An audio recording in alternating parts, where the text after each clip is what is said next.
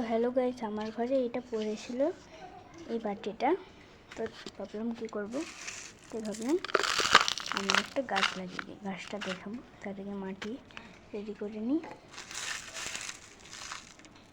মাটি কিন্তু আমি রেডি করে নিই, মাটি আমি রেডি করে নিচ্ছি। বুঝতে পারছি মাটিটা তো খলঙ্কুচি ছিল, খলঙ্কুচিগুলো ফেলে দেবো।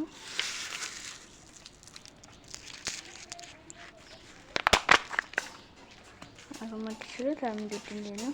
তো আজকে লাগাবো এই অপরাজিতার চারাটা। এটা বীজ থেকে আমি গ্রো করেছিলাম, তো লাগানোই হয়নি, তাই আমি লাগিয়ে দেবো।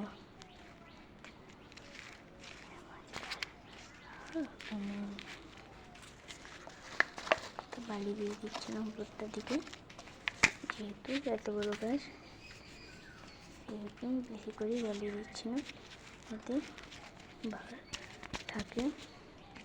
তারপরে দিলাম জল গাছটাতে।